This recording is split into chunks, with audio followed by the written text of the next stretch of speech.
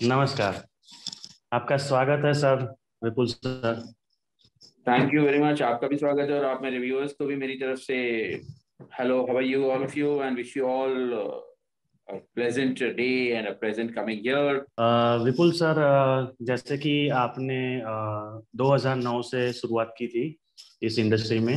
बिल्कुल। तो मैं जैसे आपने सीआईडी में भी काम किया है, साउथर्न इंडिया में काम किया है, और कई वेब सीरीज है, फिल्में हैं, सब में काम किया है। तो पहले मैं आपसे जानना चाहूँगा कि आपके बचपन से हम शुरू करना चाहेंगे कि मतलब आपने ये प्लानिंग मतलब आप जब छोटे थे तब से की हुई थी कि मैं ऐसे एज ए एक्टर करूँगा, काम ऐसे स्टार्ट करूँगा। नहीं, मैंने कभी सोचा भी नहीं था कि मैं एक्टर बनूंगा।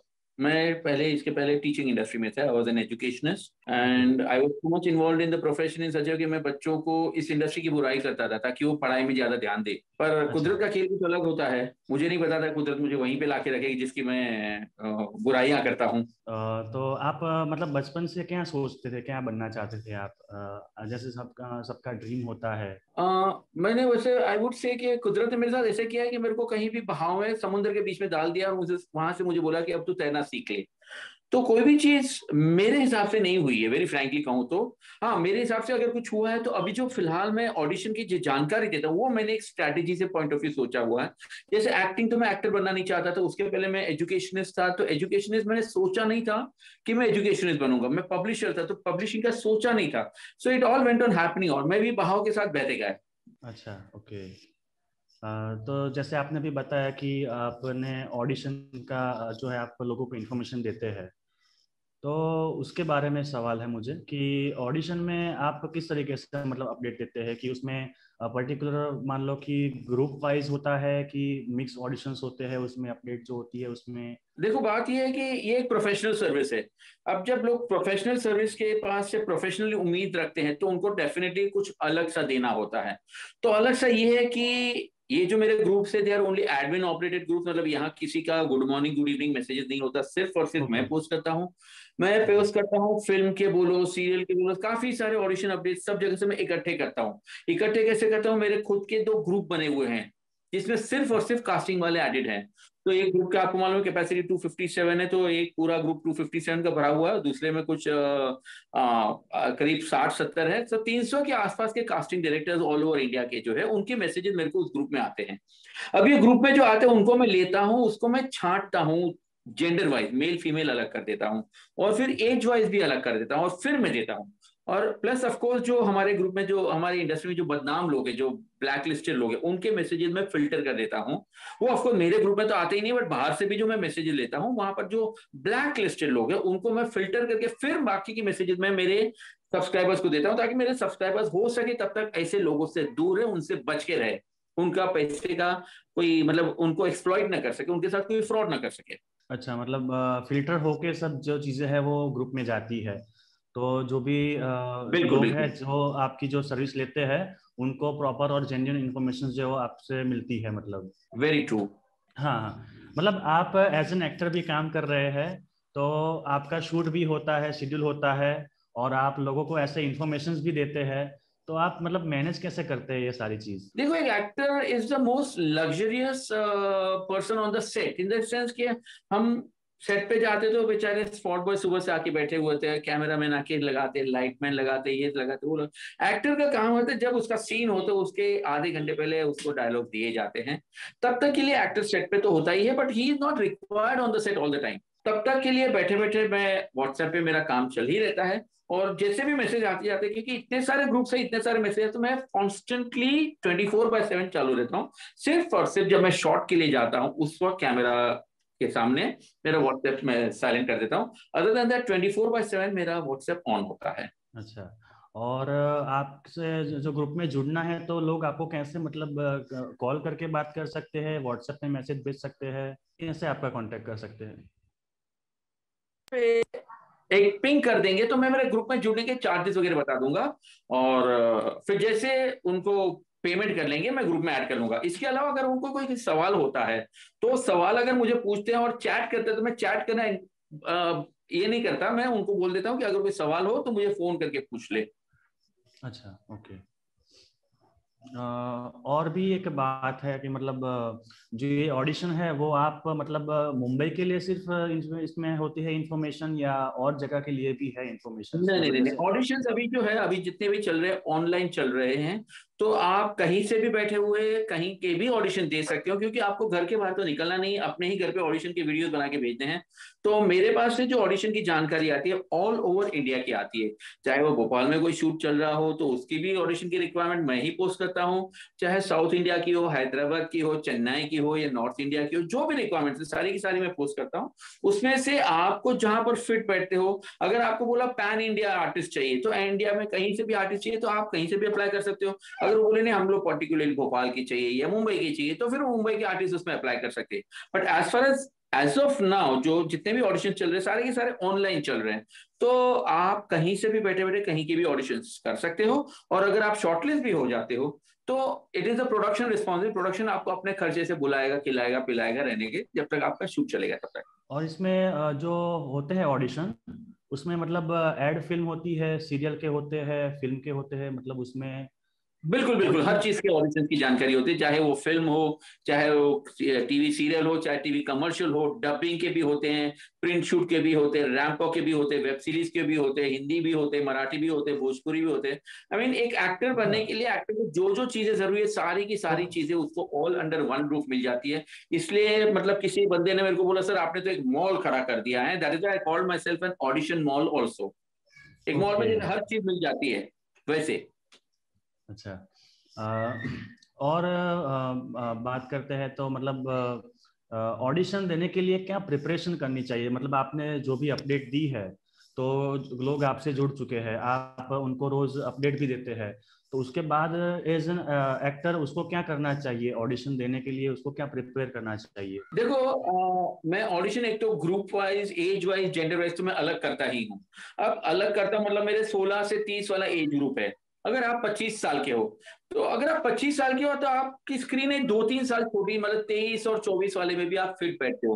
बट सिर्फ उम्र नहीं देखनी है, आपका लुक देखना है कि उसको बंदे को, कास्टिंग वाले को कौन से लुक वाला बंदा चाहिए। क्या उसको कोई देहाती लुक चाहिए, क्या उसको कोई एनआरआई लुक चाहिए, क्या उसको कोई कॉलेज स्टूडेंट चाहिए, क्या उसको कोई मजदूर चाहिए। आपको देखना है कि आपका लुक कहाँ पर बैठ रहा है। अगर आपका उस लुक में बैठ रहे हैं और उसकी प्रोफाइल, बाकी प्रोफाइल मतलब उसने जो कहा है उसको नॉर्थ इंडियन चाहिए, उसको फला फला भाषा आनी चाहिए, उसको स्विमिंग आना चाहिए, ये सब चीजें अगर आपके साथ मैच होती है तो आप अपना प्रोफाइल उसे भेजिएगा। अगर आपका प्रोफाइल कास्टिंग डायरेक्टर की रिक्वायरमेंट के साथ मैच होता है तो वो आपको स्क्रिप्ट भेज देते हैं।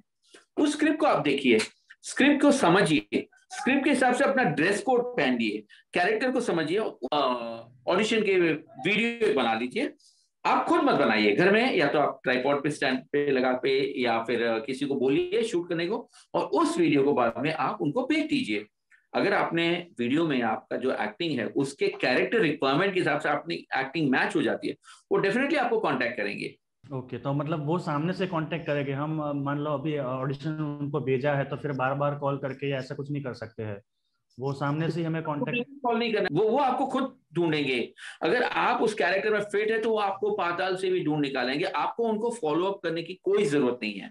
अच्छा, मतलब हमें फॉलोअप नहीं करना है, वो खुद सामने से अगर कांटेक्ट करेंगे अगर हम उसमें फिट बैठ रहे हैं उस रोल के लिए बिल्कुल तो? बिल्कुल, क्योंकि आपने ऑडिशन में अपनी डिटेल तो बताई हुई है, अपने नाम नंबर प्रोफाइल वगैरह जब दिया है तो आपका नंबर भी तो दिया हुआ है, या आपका ईमेल एड्रेस से जब आपने भेजा है, तो वहां कहीं ना कहीं से वो आपको कांटेक्ट कर लेंगे। आपको उन्हें सिर्फ अपना प्रोफाइल भेजना है, अपना ऑडिशन का वीडियो भेजना है, उसके बाद सब उनके ऊपर छोड़ देना है। ओके। ऑडिशन में और चीज है कि ऑडिशन में हमारी मतलब लैंग्वेज है, उसमें थोड़ा बहुत प्रॉब्लम है, तो उसके लिए क्या करना चाहिए? मतलब रिक्वायरमेंट होती है जैसे भोजपुरी है, हिंदी, तो हिंदी में भी प्रॉपर हिंदी आनी चाहिए। Language is a very important constituent of acting. Acting के दो हिस्से होते हैं, एक एक्सप्रेशन होता है और दूसरी भाषा होती है।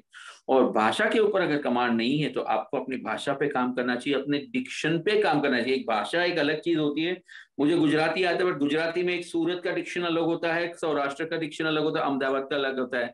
तो डिक्शन, प्रोनाउंसिएशन, वो सब के ऊपर क्लैरिटी होनी चाहिए। आपका वॉइस मॉड्यूलेशन आपको आना चाहिए, कब कैसे आवाज में बात करनी है, कभी मीठी आवाज में बात करनी है, कभी सॉफ्टली बात करनी है, कभी ऊंची आवाज में बात करनी है। ये सब चीजें आपको, इसमें आपको थोड़ी आपकी जो इंटेलिजेंस बहुत काम कर लीजिए, कि आपको डायलॉग पढ़ के आपको उस मोनोलॉग को समझना चाहिए कि इसमें क्या एक्सप्रेशन है, क्या फीलिंग बताई है, क्या ये अपनी माँ से से बात कर रहा है या अपनी नौकरानी से बात कर रहा है, तो माँ के साथ बात करने का टोन डेफिनेटली अलग होगा, नौकरानी के साथ बात करने का टोन अलग होगा।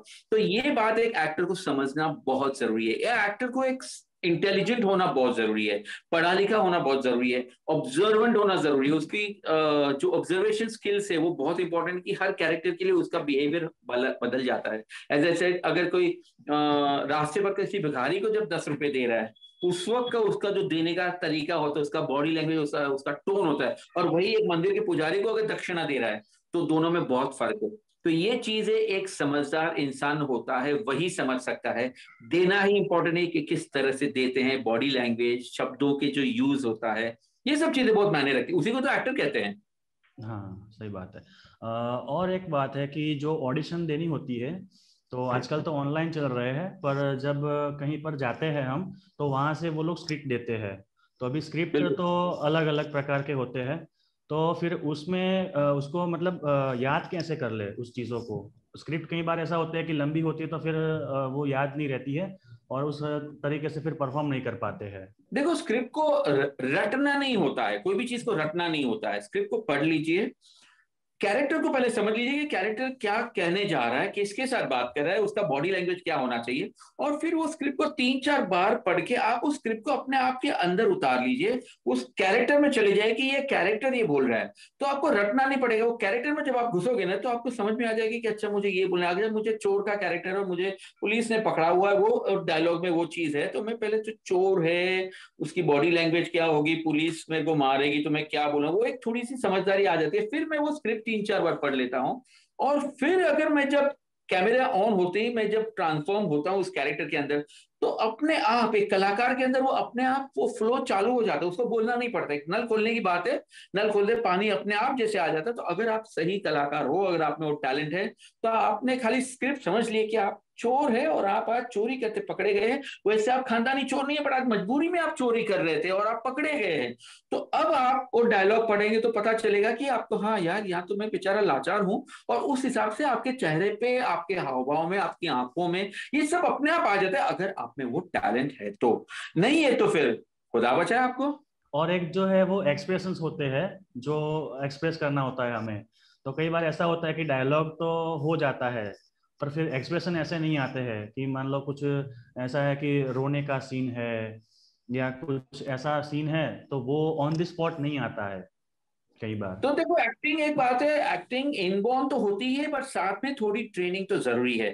तो मैं तो कहता हूँ कि लोगों को थिएटर कीजिए।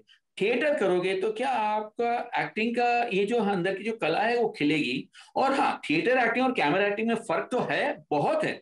बट अगर एक्टिंग का एज शुरू करना है तो थिएटर से करो, और एक थिएटर एक्टिंग होने के बाद जैसे आपको एक्टिंग आने लगे, उसके बाद ट्रांसफॉर्मेशन जो करना है थिएटर एक्टिंग से कैमरा एक्टिंग, वो मुश्किल नहीं है, आसान है। और ये सब चीजें वहां सिखाई जाती है कि किस तरह से कैसे मूड बनाया जाता है, क्योंकि आपको चौबीसों घंटे नहीं रोना है। जैसे कैमरा ऑन होता है, एक्शन बोले जाए, उस वक्त आपको जो इमोशन लाना है, ये तो आपको प्रैक्टिस से ही आ जाएगा। और ये जो कई बार हम लोग सुनते हैं ऑनलाइन एक्टिंग वगैरह, ऑनलाइन नहीं सीखी जा सकती। देखो, acting is a performing art. जैसे स्विमिंग जो है, साइकिलिंग सीखना है, तो साइकिल आपको मैं ऑनलाइन सिखाऊं कि चलो ऐसे करो, थोड़ी जब तक आप साइकिल में बैठोगे नहीं, बैलेंस आपका जाएगा नहीं, थोड़ा गिरोगे नहीं, थोड़ी खरोश नहीं आएगी, थोड़ा खून नहीं बहेगा, साइकिल नहीं सीख सकते। इसी तरह एक्टिंग भी ऑनलाइन नहीं। हाँ, जिसको एक्टिंग ऑलरेडी आती हो वो अपने आप को अपग्रेड कर सकता है। बट अदरवाइज एक्टिंग के लिए तो आपके सामने एक गुरु होना चाहिए। एक गुरु वो होना चाहिए कि आप जब कुछ परफॉर्म करते हो तो आपकी चीजों को देखे, आपको करेक्ट करे कि नहीं बेटा, ये जो तुम्हारा मसल्स है ना, इसको थोड़ा ऐसा नहीं ऐसा करो, थोड़ा हास्य के लिए ज्यादा ये करो या हास्य के लिए कम करो, रोने के लिए ये करो, ये तुम्हारे ऊपर जो फ्राउन आती है, ये आईब्रोज आता है, क्या मूवमेंट करना, वो सामने आपको करेक्ट करने वाला बंदा चाहिए, क्योंकि आप हर चीज सही नहीं करने वाले। तो जब आपको कुछ सिखाया जाता है और आप परफॉर्म करते हो, तो आप जो परफॉर्म करते हो तो वो 10 में से आपको 8 या 7 या 6 वो गुण देंगे, और उसी हिसाब से आपको मॉडिफाई करेंगे, तभी आपकी एक्टिंग खिलेगी। अच्छा, मतलब आप जो मतलब क्लासेस है या थिएटर है लोकल है, वहां पे जाकर सीखना है, वो सही रहेगा बहुत कि जरूरी है। ऑनलाइन की बजाय। मतलब लोग आज ऑनलाइन ऑनलाइन में मतलब डिफरेंस बात है बहुत कि कर ऑनलाइन हर करते चीज। हैं। बिल्कुल बिल्कुल। तो ऐसे कोई ऐसे कैसे ढूंढे ऐसे मतलब क्लासेस को। मतलब आजकल क्लासेस भी बहुत ज़्यादा है, तो इसमें कई बार ऐसा होता है कि कुछ कुछ क्लासेस है उसमें मतलब नहीं सीखने को मिलता है जो मिलना चाहिए। देखो, एक तो मैं कहता हूँ कि एक तो लोकल थिएटर ग्रुप्स अच्छे होते हैं कि जो परफॉर्म करते रहते हैं। आप थोड़ा अपना गूगल सर्च कर लेंगे तो आपको अपने एरिया में कोई लोकल थिएटर ग्रुप्स करेंगे और उन्होंने कितने प्लेस किए, कैसे फ्रीक्वेंटली हर 3 महीने में प्ले करते क्या है। तो मगर आपको पता है कि एक थिएटर ग्रुप हर 3 महीने में प्ले कर रहे हो और आप जुड़ जाते हो, तो आपको पता है कि चलो ये 3 महीने में शायद आपको सीखने को टाइम लगे, तो अगले 3 महीने में कहीं ना कहीं आप परफॉर्म करोगे। अगर आप क्लासेस में भी जाते हो तो क्लासेस का ट्रैक रिकॉर्ड देख लीजिए कि वो आपको क्या क्या बता रहे हैं, कि क्या क्या देंगे। अगर बहुत ज्यादा बड़ी बड़ी बातें हुई तो जरा समझ जाइएगा कि हम आपको लेकर फिल्म बनाएंगे, ऐसा वैसा ये वो करके। हाँ, तो क्या मतलब नहीं, वैसा ही होता है कि मतलब ऐसे क्लासेस में जाते हैं तो ऐसा होता है कि मैंने, बोलते हैं कि मतलब मैंने तारक उल्टा चश्मा में, तारक मेहता के उल्टा चश्मा में ऐसे काम दिलवा दूंगा, या यहाँ पे कुछ काम दिला दूंगा, ऐसे मतलब बड़ी बड़ी बातें होती है, तो मतलब फिर कैसे पता चलेगा। तो ये एक एक्टर को समझदार होना चाहिए कि इन बातों को फिल्टर करने आना चाहिए। क्योंकि देखो, तस्वीरें मैं किसी के भी साथ में छुपा सकता हूँ। आपने देखा होगा मुन्ना भाई फिल्म में जो हमारे बोमन ईरानी जी अलग अलग बिल क्लिंटन के साथ भी तस्वीरें करती थी। तो तस्वीरें देखने से पता नहीं चलता कि कौन बंदा कहाँ कौन से सेट पे काम कर रहा है। आपको उसके बॉडी लैंग्वेज से, उसकी कॉन्फिडेंस लेवल से और आपकी खुद की इंटेलिजेंस से पता चलेगा वो आदमी कितना सच बोल रहा है, कितना झूठ बोल रहा है। और इंक्वायरी कर लेते हैं, जैसे सर आजकल गूगल से तो आपको सब कुछ मिल ही जाता है। और फिर भी उसने जो 4 नाम बताए होंगे तो उनके बारे में देखो कि सही में उस, अगर उसने कहा कि मैंने तारक मेहता में कास्टिंग किया हुआ है, तो तारक मेहता की साइट पे जाओ, वेबसाइट पे हर चीज लिखी हुई होती है। तो कौन से कास्टिंग डायरेक्टर उसके साथ जुड़े हुए हैं आपको वहां से मिल जाएगा। अगर कहाँ से किसी का नंबर मिल गया तो उधर फोन करके पूछिए कि सर आपने फला फला बंदे के बारे में मैंने सुना है कि वो आपके वहाँ कास्टिंग करते, क्या ये सच है क्या? आपको वहीं से सच पता चल जाएगा। प्रोडक्शन हाउस की डिटेल्स मिल जाएगी, तो एक बार चक्कर लगा के प्रोडक्शन हाउस में चले जाओ, उधर पूछताछ करो। तो आजकल डिजिटल वर्ल्ड में फ्रॉड करना आसान हो गया, बट फ्रॉड वालों को पकड़ना भी मुश्किल नहीं है, आप आराम से पकड़ सकते हो। तो किसी की बातों में आने की जरूरत नहीं है। अगर कोई बोले हम आपको लेके फिल्म बनाएंगे, अच्छा सर अच्छी ऐसी बात है, तो अभी आपने अभी तक कितनी फिल्में बनाई हुई है, आप उसी को उसके प्रश्न में पूछ सकते हो। क्योंकि अगर इतने सालों से बैच करें, मैंने 25 साल का अनुभव, तो 25 साल में अगर आप 3 महीने में एक बैच कंडक्ट करके एक फिल्म बनाते हो, तो एक साल में 4 फिल्म बनाए, तो 25 साल में 100 फिल्म होनी चाहिए। 100 नहीं तो 50 फिल्म तो दिखाओ हमें। तो उसका झूठ आप पकड़ सकते हो। मतलब आप में वो कॉमन सेंस होना चाहिए कि वो जो आपको ललचाने वाला बड़ी बड़ी बातों के पास, तो मतलब उस बातों से आपको सच्चाई निकालने को आना चाहिए। ओके। और था कि जो जैसे आजकल ऑडिशन है उसमें भी फ्रॉड होते हैं, तो आपके ग्रुप में जुड़ने के बाद उसमें भी ऐसा कुछ होता है, कई बार ऐसा कुछ हुआ हो, या इससे लोग बच जाते हैं, ऐसा कुछ। देखो, मेरी बात तो है कि यहाँ तक मैंने इंडस्ट्री में जितने जो बुरे लोगों को या ब्लैक लिस्टेड लोगों को मैंने अलग ही फ्रेम करके रख दिया है। तो उनके मैसेजेस तो मैं उठाता ही नहीं हूँ। ओके। और बाकी क्या होता है, हमारी इंडस्ट्री में तो रोज नए नए लोग आ जाते हैं, नए नए नंबर्स लेके आ जाते हैं। नया सिम बदल दिया तो नाम बदल दिया, एक बंदे ने पहले कुछ और नाम रखा था, वो दो भाई उस नाम से बदनाम हो गए, तो फिर उन्होंने नाम बदल के दूसरा नाम रख दिया। अभी अब तीसरे नाम से कर रहे हैं। तो क्या होता है, जैसे नाम बदल के आ जाता है, शुरू में हमको पता नहीं चलता है, पर फिर थोड़े दिनों में पता चल जाता है। क्योंकि मेरे जो सब्सक्राइबर है, अभी एक मैसेज मैंने एक ग्रुप में डाला तो 250 सब्सक्राइबर है अगर, तो 250 में से कुछ 10 लोगों ने भी उसको संपर्क किया होगा। और उस 10 लोगों के साथ उसने जो इंटरैक्ट किया होगा उससे पता चल जाता है ये बंदा जेन्युइन है या फ्रॉड है। और मेरे सब्सक्राइबर कभी भी मेरे साथ फोन करके बात कर सकते, सर इस बंदे ने मेरे साथ ऐसा ऐसा किया, मैं उनसे चैट मंगवा लेता हूँ। उस चैट से पता चल जाता है, तो मैं बाकी सब लोगों को चौकन्ना कर लेता हूँ, लालटेन लेके खड़ा रह जाता हूँ कि बेटा इससे बच के रहो, ये बंदा फ्रॉड है, ये बंदा आपसे पैसे मांग रहा है, ये बंदा लड़कियों के साथ ऐसी वैसी बातें कर रहा है, ये लड़कियों के साथ कॉम्प्रोमाइज की बातें कर रहा है, ये बंदा रजिस्ट्रेशन के पैसे मांग रहा है, इसने आगे अभी तक कोई काम नहीं किया, नया बंदा है और बड़ी बड़ी बातें कर रहा है। तो ऐसे लोगों को मैं चेतावनी दे के ग्रुप में वार्न कर देता हूँ। तो एटलीस्ट हाँ मेरा तो एक फर्ज बनता है कि मेरे सब्सक्राइबर जो है उनको मैं जो चीज हो फिल्टर करके दूं, और मैं कोशिश करता हूँ कि 24 घंटे उनके साथ अलर्ट रह के मैं फिल्टर करके देता हूँ। ओके। और इसमें ऑडिशन में कोई चार्ज होता है रजिस्ट्रेशन का, मतलब उसमें फीस देनी होती है या ऐसा कुछ होता है। नहीं, ऑडिशन का कोई चार्ज नहीं होता है। ऑडिशन का चार्ज लेने वाले मतलब उनके पास कोई काम धंधा नहीं, स्टूडियो का भाड़ा निकालने और ऐसे ही ऑडिशन लेने आ गए, तो फिर वो आपसे चार्ज लेते हैं। मतलब वो जेन्युइन ऑडिशन नहीं हो सकते। जेन्युइन ऑडिशन होते हैं वो कि जो आपसे कोई पैसा नहीं लेते, क्योंकि उनको भी आपकी उतनी ही गरज है जितनी आपको उनकी है। अगर कोई बंदा बोलता नहीं चार्ज लगेगा या आपको इसका पैसा देना पड़ेगा उसका पैसा देना पड़ेगा, तो उसके ऊपर आप शक की निगाह से देख सकते हो। क्योंकि इस इंडस्ट्री में अगर मैं यशराज में शूटिंग करने जा रहा हूँ या ऑडिशन देने जा रहा हूँ, तो यशराज ने आज तक किसी से पैसा नहीं लिया। तो प्रोडक्शन हाउस क्यों आपसे पैसा लेगा? तो जो बंदा बोलते नहीं पैसा लगेगा, तो बंदा वो बंदे के पास पैसा है ही नहीं, तो वो फिल्म कहाँ से बनाएगा? अगर वो ऑडिशन के पैसे आपसे मांग रहा है, मतलब उसके पास फिल्म या कुछ बनाने के पैसे है ही नहीं। आप समझ जाओ कि बंदा खोखला है, वो चीट करने निकला है, फ्रॉड करने निकला है। हम्म, सही बात है। और सिंटा कार्ड की भी कुछ लोग डिमांड करते हैं कि अगर आपके पास सिंटा कार्ड है तो ही हम आपको काम देंगे। तो सिंटा के लिए भी वो लोग पैसे मांगते कि आप हमें पैसे दो तो हम ऐसा कुछ कार्ड बना के दे देंगे आपके एज एक्टर का। तो ये जो सिंटा कार्ड बना के देने वाले लोग होते हैं ना, वो सबसे बड़े फ्रॉड होते हैं, क्योंकि सिंटा का कार्ड सिंटा की ऑफिस में सिर्फ आप और आप जाके ही बना सकते हैं। आपके बदले मैं सिंटा के मेंबर हूं, बट मैं बोलूं चलो मैं तुमको कार्ड बना के दूं, मतलब कि मैं फ्रॉड हूं। सिंटा का कार्ड सिर्फ और सिर्फ सिंटा की ऑफिस में होता है। और अगर कोई बोले सिंटा का कार्ड मैं बना के देता हूं, तो समझ जाइए कि वो बंदा फ्रॉड है। ओके। और कार्ड बनाना किसी प्रोडक्शन के पॉइंट ऑफ व्यू से नहीं, बट एक एक्टर के लिए एक आर्टिस्ट का कार्ड होना जरूरी है। और वो भी जेन्युइन, मतलब कि सिंटा जैसा कार्ड हो। क्योंकि अगर कहीं कोई प्रोडक्शन में मेरे पैसे फंस जाते हैं और वो प्रोडक्शन से मेरे पैसे नहीं निकल रहे हैं, तो एक सही इंस्टीट्यूशन होगी, एक संस्था होगी, सिंटा जैसी एक बड़ी संस्था होगी, वो मेरे पैसे निकाल सकती है। बट अगर मैंने जहां कार्ड लिया है वो बंदा ही फ्रॉड है, मतलब वो मेरा पैसे कहां से निकाल, क्योंकि खुद नहीं चोरी की हुई है। तो जो जेन्युइन होते हैं, सिंटा जैसे लोग होते हैं, या अभी मुंबई में अगर काम करना है तो शिवसेना का भी कार्ड चल सकता है, मनसे का भी कार्ड चल सकता है। तो ये लोग आपके साथ फ्रॉड नहीं करेंगे। पर बाकी तो आजकल वो जैसे आरटीओ के बाद टेबल लेके बैठ जाते हैं, तो वैसे कार्ड बेचने वाले भी बैठ जाते हैं। हर दुकान में एक कार्ड बेचने वाला होता है, और वो बोलता है कि नहीं मेरा कार्ड सही है, बाजू वाले का कार्ड गलत है, बाजू वाला बोलेगा मेरा कार्ड सही है, तीसरे वाले का गलत है। तो ये कार्ड वालों के कार्ड की कोई कीमत नहीं, क्योंकि खुद भी फ्रॉड है। बट अगर आपकी सेफ्टी के लिए कार्ड बनाना है तो सिंटा है। सिंटा इंटरनेशनल अफिलिएशन से भी है। तो अगर आप कहीं बाहर शूट करते हो और कहीं फंस जाते हो, तो सिंटा आपको हेल्प कर सकेगी, और कोई हेल्प नहीं कर सकेगा। बाकी लोकल जैसे शिवसेना का कार्ड है, मनसे का कार्ड है, ये सारे कार्ड भी, बीजेपी का भी कार्ड है, ये पॉलिटिकल पार्टीज के कार्ड भी फ्रॉड नहीं है, ये आपको काम लगेंगे। But only if they are these political party, because political parties को अपना गुडविल और अपना रेपुटेशन देखना है, तो वो ऐसे छोटा मोटा फ्रॉड नहीं करेंगे। और बाकी ऐसे 7 लोग मिलके भी एक छोटा सा ये बना देते हो और अपना कार्ड और चिट्ठी लेके निकल पड़ते हो, जैसे पावती लेके निकल पड़ते हैं कि आपको ये करना पड़ेगा, तो वो सब फ्रॉड होते हैं। और आपका जब आपने जब स्टार्ट किया था, आपने जब पहले शुरुआत की इस इंडस्ट्री में, तो आपने कैसे ऑडिशन दिया था? और आपको फिर ऐसा कैसे, मतलब आपको कब लगा कि मुझे भी ऐसा ऑडिशन का ग्रुप स्टार्ट करना चाहिए या ऐसा कुछ? मतलब आपका कुछ इस पे, इसके पहले कुछ ऐसा एक्सपीरियंस रहा होगा, उससे आपको कुछ ऐसा आइडिया आया है? नहीं देखो, हमारे टाइम में तो ऐसी कोई फैसिलिटी थी नहीं, तो हम उतर के 10 मतलब सुबह 12 बजे घर से निकलते, 2 बजे अंधेरी स्टेशन पहुंचते, फिर एक आराम नगर जाते, आराम नगर 2 जाते, वहां के बहुत सारे स्टूडियो में चक्कर लगाते, सर कुछ है क्या हमारे लिए, कुछ है क्या, मेरी एज का कुछ है क्या, ऐसा है वैसा है, ये फिट नहीं है आपके लिए, कुछ नहीं है, ऐसा करते करते 8-10 स्टूडियोज में चक्कर मारो। आराम नगर 2 से आराम नगर 1 चले आओ, आराम नगर 1 से फिर चलते चलते फिर महाड़ा चले आओ, फिर वो आपके श्रीजी चले, मतलब ऐसे 10-12 स्टूडियो में घूमो, और रात को 8 बजे पता चले एक स्टूडियो में जाओ कि हाँ सर आप फिट है। अब वहां पर जब जाओ, तब तक आप पूरे थक के जीरो हो चुके हो, आपके एनर्जी लेवल जीरो हो चुके हो, जबकि ऑडिशन में आपको अपने एनर्जी देनी है कैमरे के सामने। तो वो उस जमाने में कोई फैसिलिटी ऐसे थी नहीं। फिर हुआ ये कि मेरे पास जो सर्विस प्रोवाइडर था, उन्होंने कुछ 149 रुपीज में 200 मैसेजेस का पैक दिया था। तो जब व्हाट्सएप नहीं था तभी की बात करूं, तो मैं ऐसे मैसेजेस, ऑडिशन के मैसेज में दुनिया भर को देता था, ऐसे एज ए सोशल वर्क और चैरिटी बोलो या फ्रेंडशिप बोलो, जो भी बोलो।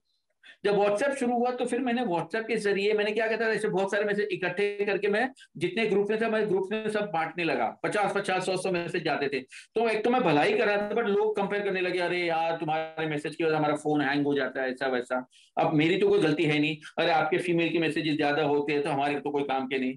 तो फिर मैंने सोचा अगर सबको क्लासिफाइड सर्विस चाहिए, तो फिर मैंने क्लासिफाइड सर्विस देना शुरू कर दिया, मैसेजेस बाइफरकेट करना, और उसके लिए मैंने मामूली से चार्ज लेने शुरू कर दिए।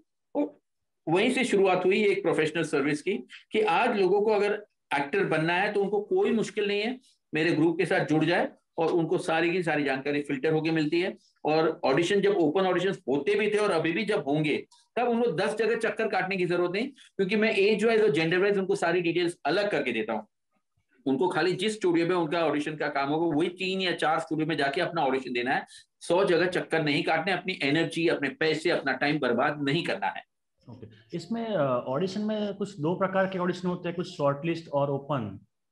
तो उसमें क्या होता है, मतलब डिफरेंस? देखो, ओपन ऑडिशन ये होता है कि फॉर एग्जांपल एक रिक्वायरमेंट जब होती है, तो रिक्वायरमेंट का डाल के ईमेल एड्रेस पे, या जैसे ओपन ऑडिशन आजकल होते हैं, तो ईमेल एड्रेस पे बहुत सारे लोगों की डिटेल्स आ जाती है। अब ये सारी की सारी डिटेल जो आती है, सपोज एक कैरेक्टर के लिए अगर 100, 200, 300 लोगों की रिक्वायरमेंट, सबके सब कैरेक्टर में फिट नहीं होते। उनको चाहिए एक 50 साल का बंदा चाहिए, एक एनआरआई लुक चाहिए, एक इंग्लिश स्पीकिंग चाहिए, और सब लोगों ने भेज दिया। उसमें से जब 200-300 ने भेजे, तो उसमें से शायद वो जो कैरेक्टर रिक्वायरमेंट फिट होने वाले शायद 50 या 100 होंगे।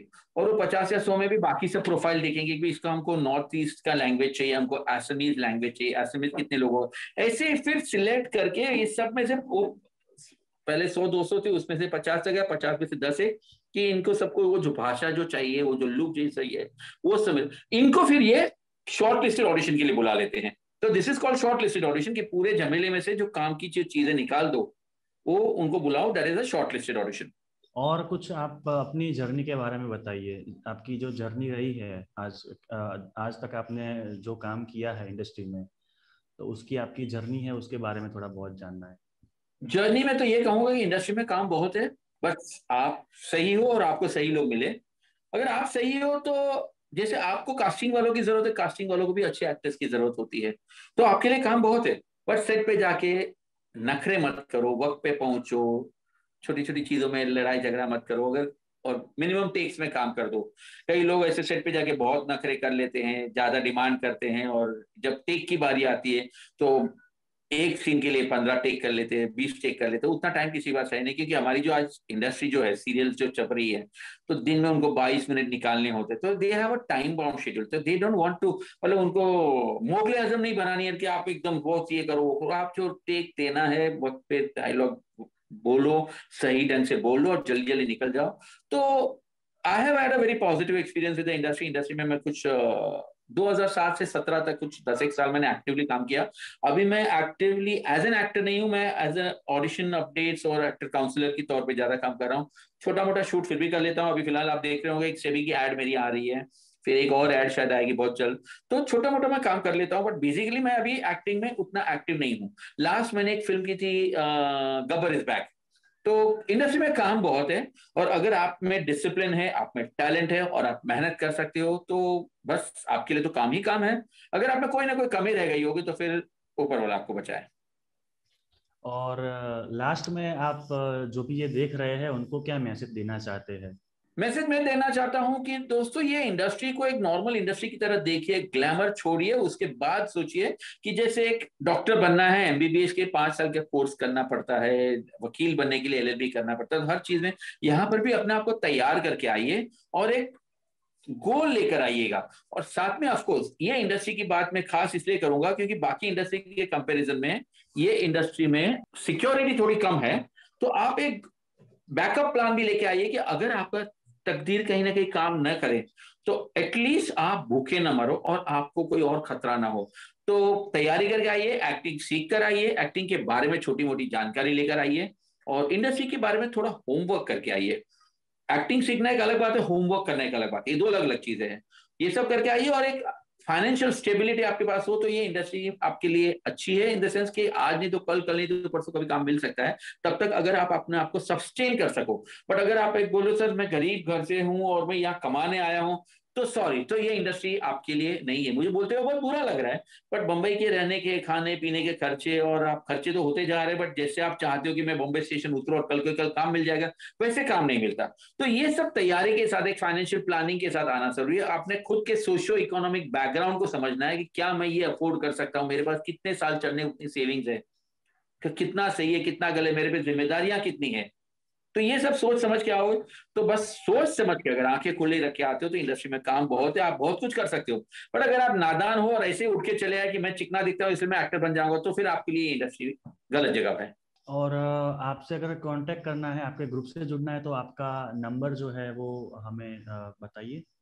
तो मतलब दर्शकों को पता अब चले मेरा कि व्हाट्सएप आपको। नंबर है 9, जी हाँ जी हाँ, मेरा व्हाट्सएप नंबर है 9820742416। मैं रिपीट करता हूँ, 9820742416। इस नंबर पे व्हाट्सएप पे सिर्फ हाई कर दोगे ना, तो मैं उस वक्त के जो रेट्स, प्रिवेलिंग रेट्स है मैं बता दूंगा। और उसके बाद अगर वो पढ़ने के बाद अगर आपको कोई भी पूछताछ करनी है, तो चैट करने की बजाय आप मुझे फोन कर सकते हैं। ओके। तो बस मित्र, मतलब दोस्तों, आप सर से जुड़ सकते हैं, और ऑडिशन की अगर आपको अपडेट चाहिए तो विपुल सर आपको इन्फॉर्मेशन देंगे। तो आपको ये नंबर नीचे दिख रहा है, तो उस पर आप कांटेक्ट करके उनसे बात कर सकते हैं। और विपुल सर, आपने इतना टाइम दिया उसके लिए आपका दिल से शुक्रिया। और आपने बहुत सारी जानकारी दी है कि जो लोगों को बहुत ही मतलब मददगार होगी। तो आपका दिल से शुक्रिया। तो दोस्तों, जैसे निकुंज जी ने कहा, निकुंज जी ने भी इतनी मेहनत की है, तो मैं आप निकुंज जी का शुक्रिया अदा कर रहा हूँ, और आप सब लोगों का भी शुक्रिया अदा कर रहा हूँ कि आप इतना टाइम निकाल के आपने ये इंटरव्यू हमारा देखा, और आप मेरी ज्यादा जानकारी तो इन्होंने मेरा नंबर तो दिया ही है, आप मेरे यूट्यूब चैनल पे भी जा सकते हैं।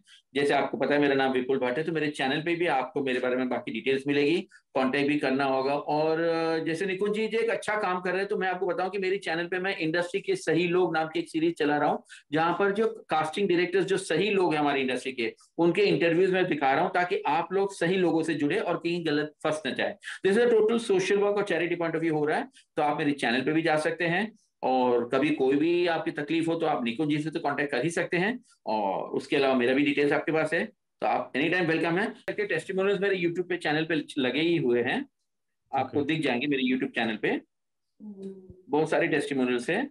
और अभी जैसे आप देख रहे होंगे, आप कभी टेलीकास्ट करने वाले पता नहीं, बट अभी स्टार प्लस पे एक सीरियल आ रही है इमली, तो इमली का जो टाइटल रोल कर रही है वो लड़की सुम्बुल तौकीर, वो हमारी सब्सक्राइबर है। अभी एक और बच्ची है, शायद उसका नाम अभी उसका नाम मैं बोल नहीं सकता, पर बहुत जल्द, अभी आज कल ही वो जा रही है पार्ले कुकीज की एड शूट करने के लिए गोवा जा रही है। तो ऐसे बहुत सारे आपको देखेंगे, आप जब मेरे टेस्टिमोनियल देखेंगे तो बहुत सारे लोगों को देखोगे, अरे यार इसको तो मैंने यहाँ देखा, इसको यहाँ देखा, इसको यहाँ देखा, कहीं ना कहीं आपने सब लोगों को देखा ही होगा। तो आप टेस्टिमोनियल मेरे यूट्यूब चैनल पे भी देख सकते हैं। ओके, ठीक है। Okay, thank you thank you sir. Very much. Okay, thank you sir. Thank you. Wish you all the best, और आप सबको मेरी तरफ से बहुत बहुत धन्यवाद। हाय, मैं हूँ सुम्बुल तौकीर और मैं एक एक्ट्रेस हूँ और एक डांसर हूँ। मैं पिछले 6 साल से फिल्म इंडस्ट्री में हूँ और मैंने काफ़ी काम किए हैं इस बीच, एंड आपने मुझे काफ़ी शोज़ में देखा होगा, लाइक वारिस, जोधा अकबर, चंद्रगुप्त मौर्य, और अभी मेरा रिसेंटली एक शो चल रहा है शारो इशारों में सोनी टीवी पे। लास्ट ईयर आपने मुझे एक मूवी में भी देखा होगा, आर्टिकल 15 आयुष्मान खुराना के साथ, और मैंने काफ़ी टीवीसी किए हैं like clean and clear, Vim bar. तो इसमें जितने मैंने काम किए हैं, मैं सब चीज़ के लिए विपुल सर को थैंक यू बोलना चाहती हूँ कि उनके ऑडिशन अपडेट्स मुझे मिले, जिनके थ्रू मैंने ऑडिशंस दिए, मुझे ये काम मिला है। So thank you so much Vipul sir. नमस्कार, आदाब, सत श्री अकाल। मैं हूं अंजम गुलाटी, इस मायानगरी में एक छोटा सा करेक्टर आर्टिस्ट। थोड़े समय पहले इस इंडस्ट्री में आया हूं। अगर हम मुंबई में आए तो हमें स्ट्रगल तो करना ही पड़ेगा। मैं, आप, हम सभी स्ट्रगल कर रहे हैं और करते भी रहेंगे। पर मुद्दा ये है कि ज़्यादा से ज़्यादा ऑडिशंस कैसे दें जिससे कि हमारा समय बचे, हमें भटकना ना पड़े। भाई इधर उधर की बातें ना करते हुए मैं सीधे बात पे आता हूँ कि इसी वजह से मैं श्रीमान विपुल भट्ट जी के पेड ऑडिशन ग्रुप के साथ जुड़ा हूँ। इनमें जुड़ने के साथ मुझे मेरी उम्र की, आगे पीछे की उम्र के अपडेट्स मिलते रहे हैं, और साथ ही साथ इस इंडस्ट्री में कौन सा कास्टिंग वाला कोऑर्डिनेटर सही है या गलत है, इसके लिए भी विपुल जी अपनी तरफ से हमें गाइडेंस देते रहे हैं। अगर ऐसे ही दिशा निर्देश, ऑडिशन अपडेट्स और गाइडेंस हमें रोज की चाय की कीमत पर मिलते रहे तो हमें और क्या चाहिए। भाई सच बात बोलूं, विपुल जी के साथ जुड़ने से मुझे तो फायदा हुआ ही हुआ है।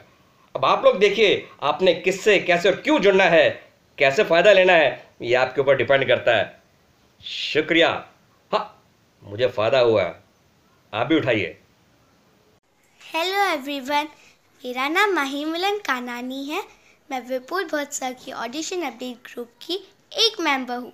मैं विपुल भट्ट सर को थैंक यू कहना चाहती हूँ, क्योंकि उनकी वजह से मुझे बहुत सारी अपॉर्चुनिटीज़ करने मिली है, जैसे कि Tere Bin serial lead role on NTV channel, और गोल्ड विनर की एड हमारी सबकी प्यारी हीरोइन काजोल मैम के साथ, और मन में है विश्वास। Thank you Vipul Bhatt sir. I'm Sania Tauqeer, Mannu Manpreet, Pavaniya in Waris और कल्कि इन देवांशी।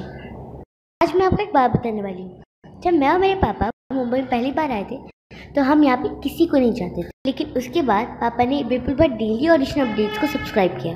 बाद मैंने ये सारे शोज़ किए, और आपको पता है मैंने बालिका बधू सबसे पहले विपुल भट्ट के साथ ही किया था। आप खुद ही देख लीजिए। जुमर, तुम्हारी ही कॉपी करेक्ट कर रहा हूँ मैं। इस बार पढ़ाई में बहुत मेहनत की थी ना तुमने।